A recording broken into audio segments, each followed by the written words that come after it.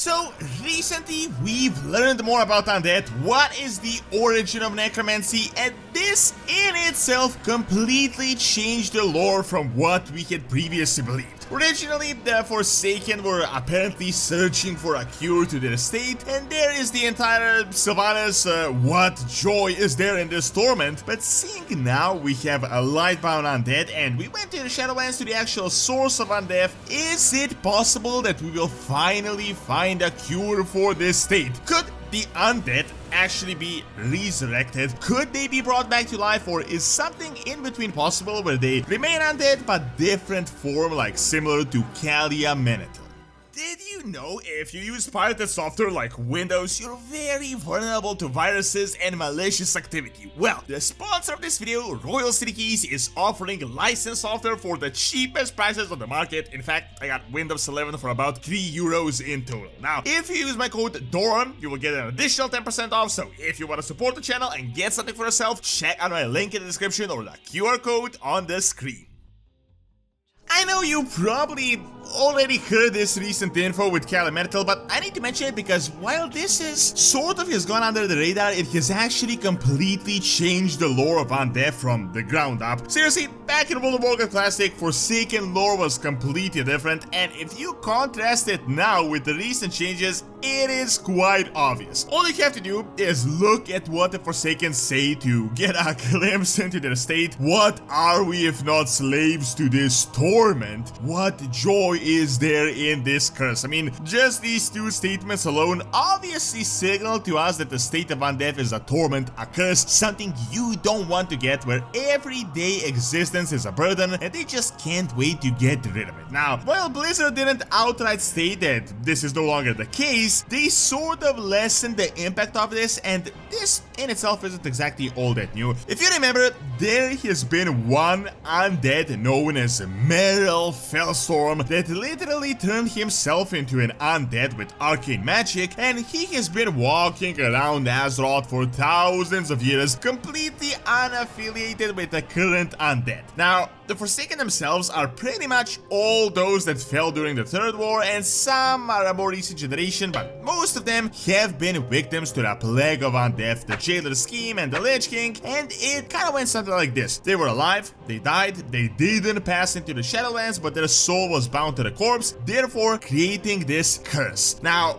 this in itself has been made a lot more vague, as, for example, Calia Menethil was resurrected by the help of the Naru, and she's a completely different form of undead. Plus, through her, we learned about the source of undeath in Maldraxxus in 9.2.5. Apparently, necromancy is necromancy, it is just that it can be induced by all the various cosmological forces. So, the Forsaken that you know are built from the Shadowlands, the death energy, the death side of the spectrum, while Merrill is built by Arcane and Calia by the light. I think this might signify their very different appearance, although ultimately, even though kinda explained, that is a bit confusing because necromancy in itself should really just be a Shadowlands thing. When you look at someone like Calia Menethil, she seriously just looks like a human with blue-grayish skin and not really that much as an undead, while a lot of the Forsaken are missing their jaws and are just constantly decaying. You can like see their bones. I feel like this might be related to the source of necromancy, as the Forsaken come from the Shadowlands and you can kinda see what the creatures of Maldraxxus look like. However, on the other hand, it also has to do with the way they died, because Calia was simply shot down by an arrow, while a lot of the Forsaken were killed by other undead and their bodies were just in a terrible state, like they died a terrible death. The thing is though, since back in the day, we've known that the undead are able to better maintain their body and to prevent decay. This was done through alchemy, necromancy, and just new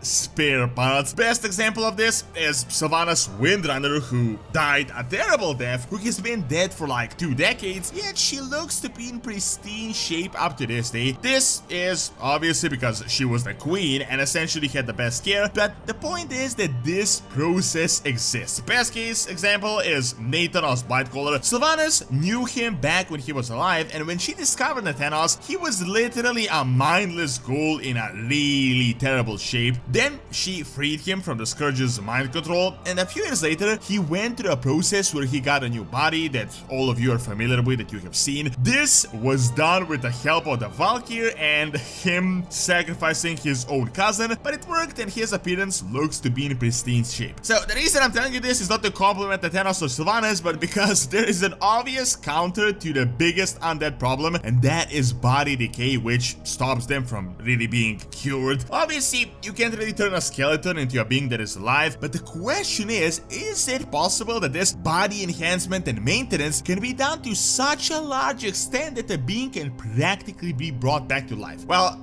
this bit here is incredibly vague, but we have some recent, very interesting implications. Until the time of the Shadowlands, I would have told you this is 100% just straight up impossible, but the issue is that the lore of World of Warcraft is super vague and has gotten incredibly vague, even more than it once was. I'd say the biggest issue is that they use multiple writers that sometimes are not the best versed in the lore, and then they create these inconsistencies that shouldn't really be there. For example, you all know that resurrection is an everyday thing in the game, like you can literally use it until the next cooldown pretty much whenever you want. However, in the actual lore it is incredibly rare, if almost impossible. However, it did happen on a few occasions in the actual book. So you might wonder, why can't they just kill the Forsaken and resurrect them as humans? Well, we've had a few examples of resurrections happening. One of Varian with Andean's help, but he was brought back with the help of the light. I'm guessing that usually it can be done before the soul crosses the veil and reaches the Shadowlands, or is inflicted by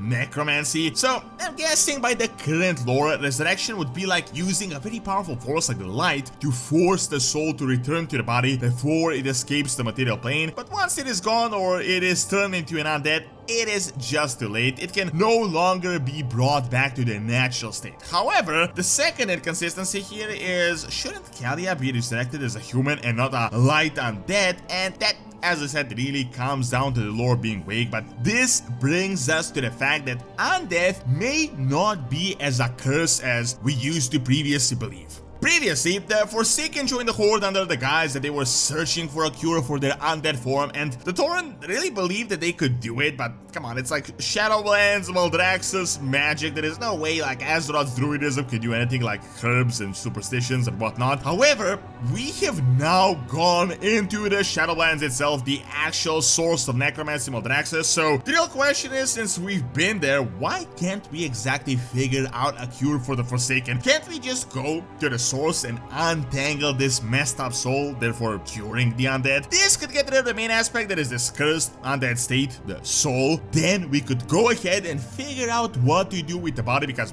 as I said, there are multiple ways to preserve it. Not sure if it would be possible to bring it back to its natural state as a human or an elf, but I think it could get pretty close, and this could be introduced as a future allied race. Sort of the Seed Forsaken, so they would be somewhere in between, but they wouldn't be undead, they would just be alive, just with a messed up body that would sort of be like the scar of this curse that they lived through. Another scenario they could go about is by changing maybe the source, so creating the lightbound undead similar to Calia Menethil as we had seen. This really makes the condition a lot better than those whose source is death itself. Maybe this could be done through Ardenweald, as we have seen it able to return beings back to the material plane. I know it might be impossible to bring someone back to life that has been dead for like a decade, but the undead are not really dead, at least what you would expect. They're sort of like somewhere in between. So my point is that there is definitely a lot of ground for Blizzard to come up with some way to go with this in between and to untangle the undead, therefore making them a new race. If not an allied race, this could be done as a customization similar to the Dark Rangers they recently introduced, and honestly, I think this would be a really interesting addition to